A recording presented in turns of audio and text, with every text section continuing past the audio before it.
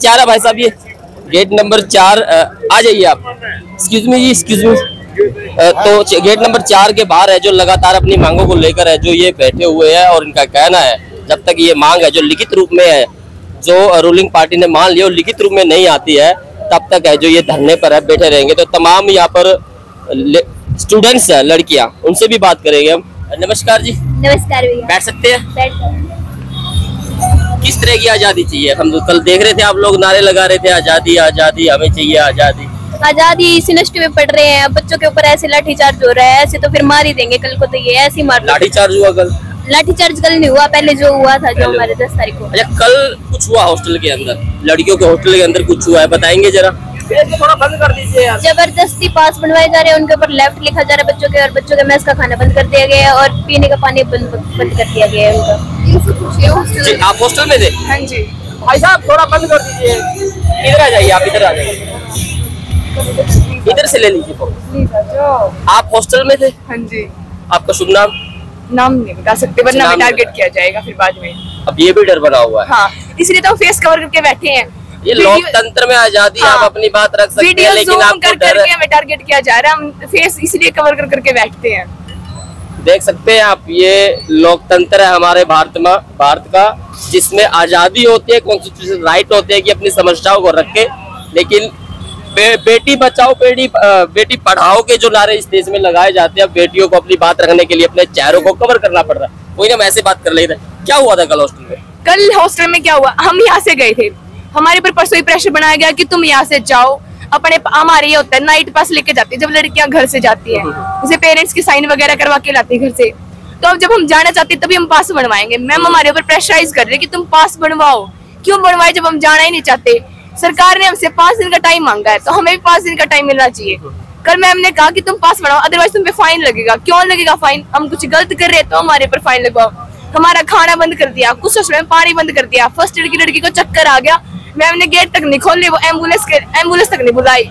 अब लड़कियां क्या करे, गेट आगे से बंद, कुंडी लगी हुई है, अंदर लड़की को चक्कर आ रखा है। लड़कियों ने क्या बहुत मुश्किल से वार्डनों को 15-20 कॉल की, तब भी वार्डन नहीं आई। पुलिस प्रशासन को बुलाया हमने, 112 पे कॉल करी। पुलिस प्रशासन ने हमें आश्वासन दिया कि तुम्हें कोई प्रेशर नहीं बनाया जाएगा। हमारे जो धरने वाले साथी हैं उन्होंने खाना पहुंचाया हमारे लिए, वो खाना गेट बंद करके हमारे सामने ऐसे रख दिया जैसे भिखारियों के सामने रखते हैं। उसके अंदर कीड़े जा रहे हैं, उसके अंदर कॉकरोच जा रहे हैं, बाहर से जो खुले में रख दिया। अब उस खाने को हम कैसे खाएंगे? जो खाना हमारे लिए पहुंचाया जा रहा है वो भी वेस्ट कर रहे हैं, खुद तो देंगे कैसे? पानी बंद कर रहे हैं। हम अपराधी तो नहीं है, अपराधियों को भी खाना पानी सब कुछ दिया जाता है, हमें तो इतना भी नहीं दिया जा रहा। ऊपर से क्या बोल रही मैम, तुम्हारा नाम आगे दे देंगे। आगे क्या दे दोगे? हमारी इतनी दुर्गति कर रही है, हमें। ये किसने बोला कि आपका नाम आगे दे देंगे? हमारे जो हॉस्टल वार्डन है उन्होंने बोला कि अगर आपने पूछा नहीं कि किस पर्पस के लिए आगे दे रहे हैं? हमारे प्रमोशंस के लिए दे रहे हैं, जॉब्स के लिए आगे दे रहे हैं? हाँ, हमारे करियर को रुकवाने के लिए दे रहे, ताकि करियर को रुकवाने, मतलब धमकी दी गई। हाँ, हमने ये बोला मैम रिटर्न नोटिस दिखा दो, आपके पास रिटर्न नोटिस क्या है खाना बंद करने का? क्योंकि हमारी मेस कोऑपरेटिव मेस है। कोऑपरेटिव मेस मतलब कि हम खुद पैसे इकट्ठे करेंगे, हम खुद कुक लेके आएंगे, खुद उनको सैलरी देंगे। इसमें एडमिनिस्ट्रेशन का कोई रोल है ही नहीं है। फिर भी हमारा जैसे हमारा सामान आ रहा है मेस का खाने के लिए, मैम बोल रही सामान को वापस लेके जाओ, खाना नहीं बढ़ेगा। अब हम क्या करें? यहाँ पे हमारे धरने को उठवाने के लिए हम हर प्रयास लगाया जा रहा है, खाना बंद करिए ताकि लड़कियां यहाँ पे ना आए। अब हम चाहे कुछ भी हो जाए धरने पे बैठेंगे, हमारी सारी डिमांड पूरी होनी चाहिए। आज हम DSW के सर के पास गए, DSW सर बोले कि तुम हमसे बात ही नहीं कर रहे, तुम तो गवर्नमेंट से बात कर रहे हो। गवर्नमेंट से हमने जो बात की, हमारी डिमांड उनके सामने रखी है, वो कह रही है कि हम मान लेंगे, लेकिन गवर्नमेंट खाना बंद करने के लिए नहीं कह रही कि बच्चों का खाना बंद करो। नायब सैनी सर हमारा खाना बंद करने के लिए नहीं आ रहे, वो हमारा एडमिनिस्ट्रेशन कर रहा है। अगर वो खाना बंद करेगा तो हम और भी ज्यादा इस जोश में आएंगे, चाहे हमें भूखा मरना पड़ जाए। हमने वहाँ पे कहा कि सर हमारी बात सुनो, जिन बच्चों का रिसर्च चल रहा है, जो PhD के सीनियर्स हैं उनका रिसर्च चल रहा है, वो बोले कि हाँ सर हमारा रिसर्च चल रहा है, हमें तो रहने दो। बोले कि 10 दिन में तुम कौन सा रिसर्च कर लोगे? ऐसी ऐसी बातें कही बच्चों को। द्वारा की गई ये बात भी हमारे डीन और डीन PGS के थ्रू, उनके द्वारा। हाँ, हमारे पास हर चीज का प्रूफ, हमने वीडियो भी बना रखी, हमारे पास मैम के स्क्रीनशॉट भी है। मैम ने कल कहा कि तुम्हारे पर फाइन लगाएंगे। जब पुलिस प्रशासन आया मैम मुकर गई। क्या मैंने ऐसी कुछ बात नहीं कही? हमारे पास ऑडियो रिकॉर्ड थी, जब वो सामने आई तो मैम अपने हॉस्टल के अंदर, अपने घर के अंदर चली गई। ऐसा क्यों? कैमरा फेस के आगे लेके आते, मैम अंदर चले जाते कि मेरे को वीडियो नहीं बनवानी। क्यों? जब हम कैमरे के सामने आने के लिए तैयार है तो आप क्यों नहीं आ सकते कैमरे के सामने? हमने गार्ड भैया को कहा हमारा खाना आ गया, जो हमारे प्रोटेस्ट में से कहता गेट खोल दो, कि मैम के बिना गेट नहीं खोलेंगे। मैम क्या कर रही है, मैम एसी में बैठ के खाना खा रही है और हम वहाँ पे भूखे मर रहे हैं। पेरेंट्स ये सोच के भेज के हमें हॉस्टल खाली करवा रहे हैं कि रेनोवेशन करवाएंगे। आज तक कोई रेनोवेशन का काम हॉस्टल में नहीं हुआ है। आप जाके देखो, इतने गंदे हालात है हॉस्टल्स के, रह भी नहीं सकता वहाँ कोई, और बच्चे रह रहे हैं उधर। तो इतना अच्छा रेनोवेशन हो रहा है, छोटे छोटे बच्चों के ऊपर ना दीवारें गिरने लगी है, ऊपर की जो पुट्टी है वो गिर हाँ, रही है। और सर अगर आप अपना साइड यूं दीवार के सहारे खड़े होने की कोशिश करोगे ना तो वो सीमेंट नीचे गिरेगी, डायरेक्टली आप दीवार के सहारे खड़े नहीं हो सकते। और टीचरों के हॉस्टलों के अंदर ना टाइल लगाने लग रहे हैं, बच्चों के हॉस्टलों के अंदर। और ये स्थिति कब से है हॉस्टलों? सर हम तो अभी आए हैं, हम तो अभी नए स्टूडेंट्स आए हैं, हमारे सीनियर हैं, 10-10 सालों से पढ़ने लग रहे हैं, बहुत सारे PhD के सीनियर्स हैं। वो बताते हैं हर साल का काम हो रहा है, समर वेकेशन के अंदर ये बोल के भेज देते हैं कि रेनोवेशन हो रहा है। रेनोवेशन नहीं हुआ सर, रेनोवेशन आप जाके देखो हमारे रूम के बाहर, मतलब हम अभी आए हैं रूम्स के अंदर क्योंकि हम अभी न्यूली एडमिशन हमारा, लेकिन हमारे सीनियर्स पहले रह के जा चुके हैं, यानी कि उनके टाइम में वो कह रहे हैं कि उन्होंने रेनोवेशन करवाया है। ऐसा रेनोवेशन करवाया, हमारी खिड़कियों के कांच टूटे हुए गिरे हुए हैं, कांच भी टूटे हुए हैं, यहाँ तक कि जो खिड़कियों के ऊपर वो क्या बोलते हैं उनको, लाइन लगी रहती, वो लोहे की पाइप्स लगी होती है, वो पाइप्स भी टूटे हुए हैं। हालत है उस लोग की। सर आप खिड़की नहीं खोल सकते, बाहर बंदर कूदते रहते हैं सारे दिन। सर बंदर आते हैं ना और सारा कुछ गिरा जाते हैं, और ये कहते हैं हम रेनोवेशन करवाने के लिए हॉस्टल खाली करो। रेनोवेशन करवाने के लिए सर हर साल का काम हो रहा है, सारा सामान लेके जाओ।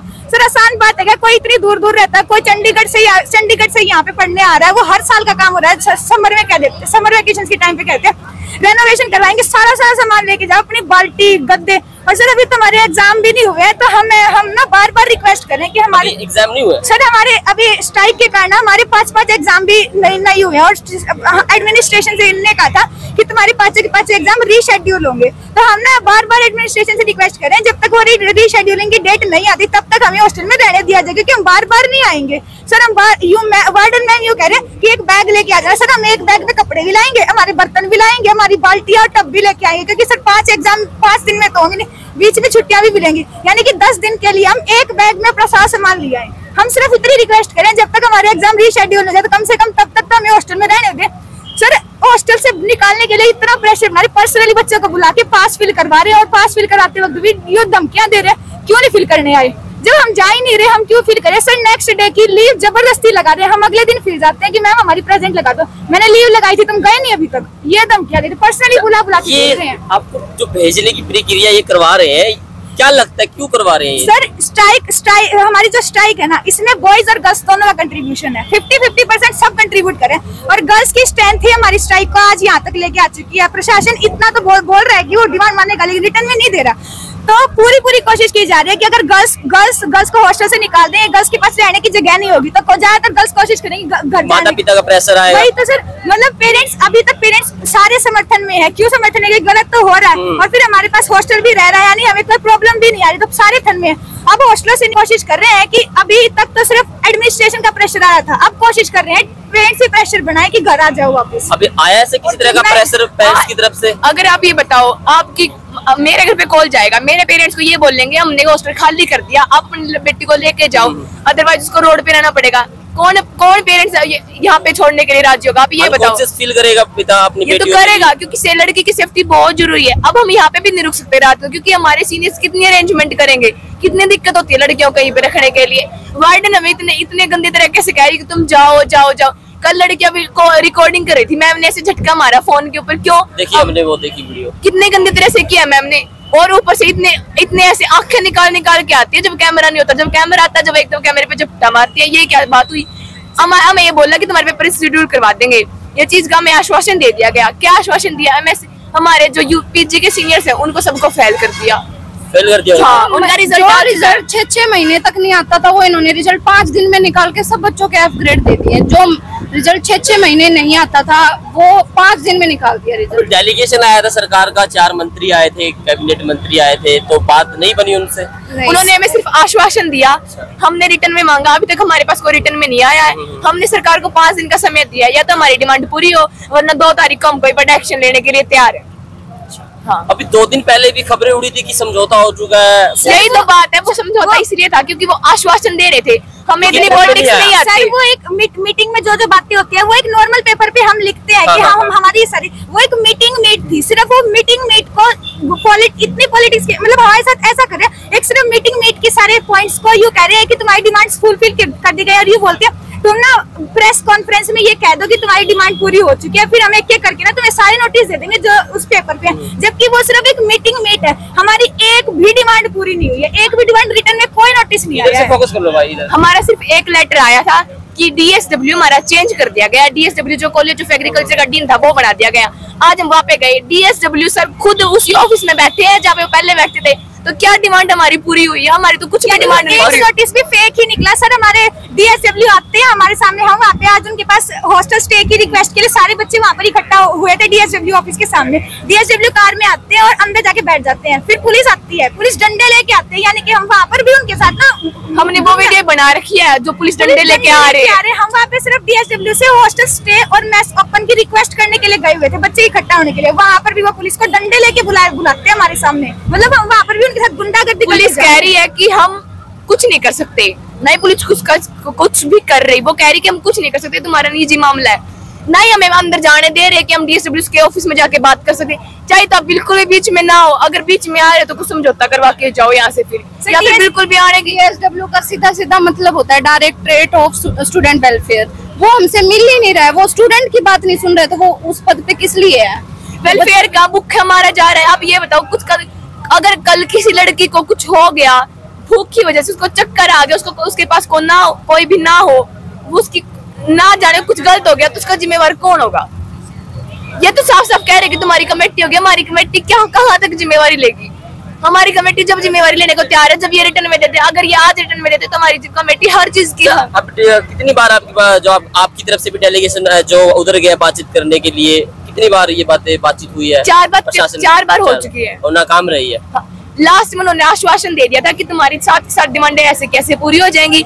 एक डिमांड में नेगोशिएशन हुआ था कि 6 महीने तक VC को लीव पे भेज देंगे, और उसके ऊपर इंक्वायरी बैठेगी 3 जो रिटायर्ड जुडिशरी मेंबर है उनकी। लेकिन आपकी तो मेन मांग ही यही है कुलपति को है जो, लेकिन हम इसके लिए भी मानने को तैयार है, लेकिन हमको रिटर्न में तो दे नहीं रहे, कैसे मांगे। तो भारत देश में सरकारें बोलती है कि अमृतकाल चल रहा है, आपको लग रहा है कि अमृतकाल चल रहा है? देखिए सर, इतना अमृतकाल है, रोड के ऊपर बैठ के 4 नंबर गेट के ऊपर, वहाँ पर रोड के सामने हमारी रोटियां बन रही हैं, जहाँ पर कार जाने लग रही है, धूल उड़ने लग रही है, वहाँ पर हमारी रोटियां बन रही है। ये अमृतकाल है। सारे बच्चे हॉस्टलों के बच्चों के साथ ऐसे काम कर रखे हैं। सब बच्चों को ना यहाँ पर बैठ के खाना खड़ा, आप वीडियो देखोगे ना, सारे लड़के सारी लड़कियां यहाँ बैठ के रोड के ऊपर बैठ के खाना खा रही है। इतना क्या कहेंगे ऐसे अमृतकाल के बारे में? ये कोई अमृतकाल नहीं है, इसको जेल बना रखा है। जिन बच्चों को लाइब्रेरी में होना चाहिए, कॉलेजेस में होना चाहिए, वो सड़क पे बैठ के खाना बना रहे हैं, धरने पर बैठे। ये कोई अमृतकाल नहीं है। बढ़ेगा इंडिया, इस नारे को कैसे देखते हैं? पढ़ाई जब पढ़ाई के लिए हमें सरेआम रोका जा रहा है। पढ़ाई क्या देश का भविष्य रोड पे बैठे पढ़ेंगे कैसे फिर बच्चे यहाँ पे? पढ़ेंगे कैसे भाई, बढ़ेगा कैसे इंडिया? बात तो सही है। तो अभी फिलहाल की स्थिति क्या है? अभी खाना पीना कैसे एडजस्ट हो पा रहा है? हम देख रहे हैं कि खाना जो इधर रोड पे बन रहा है, खाना पीना हमारे खुद के फंड से, जो हमने फंड इकट्ठा कर रखा है, जो हमारे पास आ रहा है फंड, हम उससे कर रहे हैं, खुद कंट्रीब्यूट कर रहे हैं। इसमें प्रशासन का कोई रोल नहीं है। प्रशासन हमें सिर्फ मतलब एक तरीके से मारने पे तुला है। खाना नहीं दे रहा, पानी नहीं दे रहा, हॉस्टल से धक्के दे रहा है, बिल्कुल बाहर जाओ, बस फिजिकली धक्के तो दे नहीं, मेंटली कसर छोड़ दी नहीं, टॉर्चर करने में। हर कल एक लड़की की वीडियो तक आ रखी है, वो बिल्कुल रो रही है, हाथ पैर जोड़ रही है, लड़की बेहोश होगी, उनको हॉस्टल से बाहर नहीं निकलने दिया। तो इससे ज्यादा तंग और क्या करेंगे? पेरेंट्स अपने बच्चों को यहाँ पे भेज देंगे? इतनी गंदी हालत देख के कौन भेजेगा? खाना अलग बात है, वाटर कूलर के आगे भी इन्होंने लॉक लगा दिया, पानी भी नहीं पी सकता, लॉक लगा दिया सर। खाना एक अलग बात है, पानी भी नहीं पी सकता। चारों तरफ से अत्याचार। सर देखो, खाना तो हम बात की बात कहते हैं, वाटर पानी तो ऐसी बात होती है ना, हर 2 घंटे पानी चाहिए होता है। वाटर कूलर के आगे भी लॉक लगा दिया सर। फिर वो गेट के आगे जब रिक्वेस्ट करिए, तब हमारे बॉयज ने जो हमारे यहाँ हमारे समर्थन में स्ट्राइक में, उनकी तरफ से एक वाटर कूलर आया, और वो भी गेट के बाहर, अंदर वो भी नहीं आने दिया। और दूसरी बात, और एशिया की सबसे बड़ी यूनिवर्सिटी है जिसका नाम है SJU, है ना? वाटर कूलर यूनिवर्सिटी में ऐसा हो रहा है। कैंपरों के सारे कैंपर भी बाहर है, यानी कि हम सिर्फ उस कैंपर को देख सकते हैं। हमारी वाटर कूलर की तरफ चारों तरफ इन्होंने ताला लगा दिया। खाना तो पानी के बाद की बात होती है, वाटर कूलर की भी ताला लगवा दिया।